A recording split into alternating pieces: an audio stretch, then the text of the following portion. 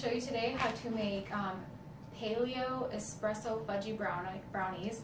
And paleo just means that there's no refined sugars, there's no dairy, and so it's a little bit healthier for you. And it's actually, we're just going to make it in a 4x4 inch little container here, which is big enough for 2 people, or if you want it all to yourself, you're more than welcome to have that. If you wanted to bake it in an 8x8 inch casserole dish, then you would just multiply the entire recipe by 4. So the first thing you want to do is preheat your oven to 350, and then you're going to measure out 1/4 cup of chocolate chips and melt them in the microwave with 1 tablespoon of butter, and I had used this vegan butter here. And you're gonna, it takes about 1 minute to melt this down, and you stir that up. And then you're going to add in, and this is optional, 1 teaspoon of finely ground espresso powder or any dark roast coffee. It just helps to bring out that chocolate flavor even more. All right, and then you're going to set that aside.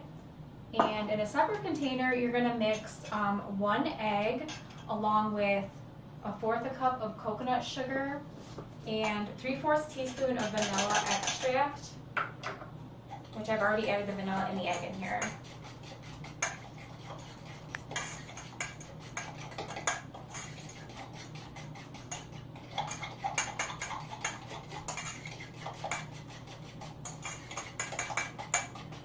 Alright, and then when your chocolate mixture has cooled down enough, then you can mix that in with your egg mixture. You don't want to add it when it's hot because it'll start cooking the egg too soon.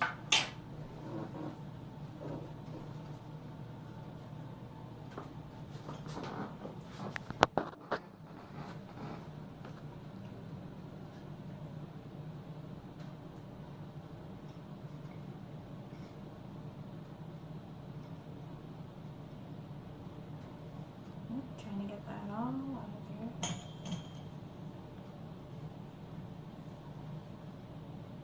That's really good. And you can mix that up.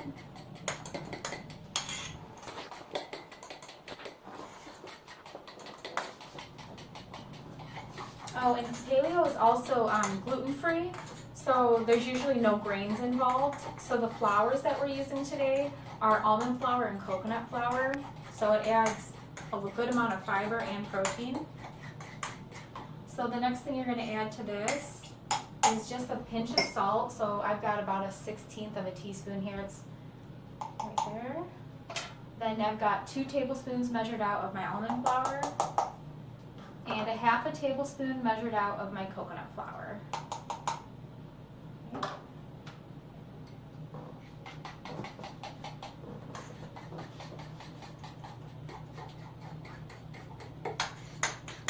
And then you do want to grease your little casserole dish there.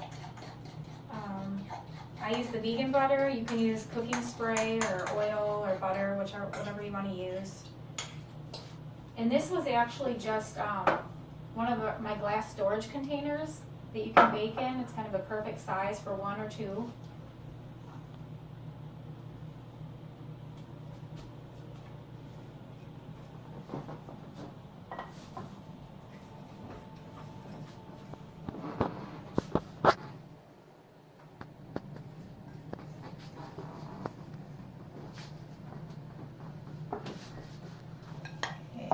And then I just kind of make sure it's all down and even.